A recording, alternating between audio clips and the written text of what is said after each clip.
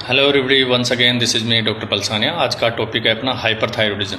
आपको पता है कि अपने इंडिया में 1 से 1.5% लोग हाइपरथायरॉयडिज्म से इफेक्टेड हैं। हाइपरथायरॉयडिज्म में पुरुषों की बजाय महिलाएं ज़्यादा अफेक्टेड होती हैं क्योंकि हार्मोनल चेंजेज महिलाओं में ज़्यादा होता है। क्या होता है हाइपरथायरॉयडिज्म? हाइपरथायरॉयडिज्म में अपनी बॉडी में एक ग्लैंड होती है, थायरॉयड ग्लैंड। यदि वो T3 और T4 दो हार्मोन होते हैं, इनका प्रोडक्शन ज़्यादा करने लग जाए या इनका सीक्रेशन बढ़ा दे, इस वजह से हाइपरथायरॉयडिज्म होता है। इसके कारण की मैं बात करूं तो कारण में एक मेन इसका कॉज है ग्रेव्स डिजीज़।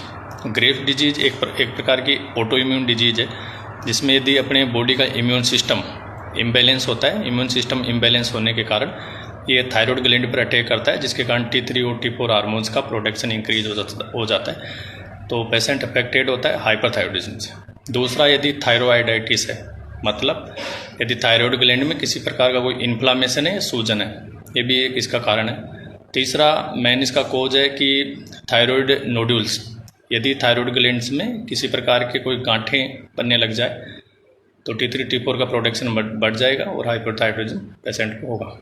बात करूं इसके लक्षण की, मतलब क्या अपन पेशेंट में देखेंगे, तो इसका मेन पिक्यूलियर जो लक्षण है वो है कि वेट लॉस होगा इन स्पाइट गुड एपिटाइट। मतलब पेशेंट बोलेगा कि सर मेरे शरीर का वज़न कम हो रहा है लेकिन मेरे को भूख अच्छी लगती है, ये भी एक इसका अच्छा सिम्टम है।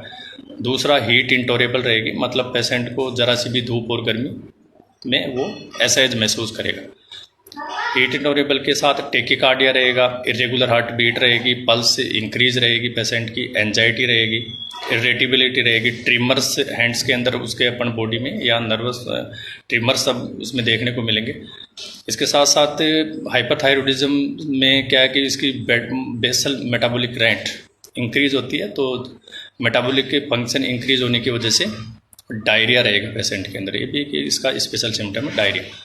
बात करूँ इसके इन्वेस्टिगेशन की, मतलब क्या अपन इसमें जांचें करवा सकते हैं, तो इसमें अपन फिजिकली पेशेंट को देख सकते हैं। इसके साथ साथ थायरॉयड जो फंक्शन है, जिसमें T3 T4 और TSH लेवल का पता लगाते हैं।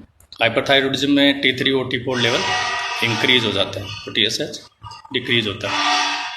इसका ट्रीटमेंट में तो पेशेंट को सबसे पहले तो अपने मेटाबॉलिक फंक्शन पे ध्यान देना है। इसके साथ साथ एंटी थायरॉयड ड्रग्स लेनी है, कुछ एक सर्जरी भी प्रोवाइड करते हैं। इसके साथ मैं जो जनरली मेडिसिन यूज करता हूँ और वो काफ़ी अच्छी मेडिसिन है, वो है आयोडम और नेट्रम्ब्यूट। बहुत अच्छे रिजल्ट मिलते हैं। आप एडिशनल भी इसको यूज कर सकते हैं और कंटिन्यू आपको यूज करना है, कम से कम 6 महीने या 12 महीना।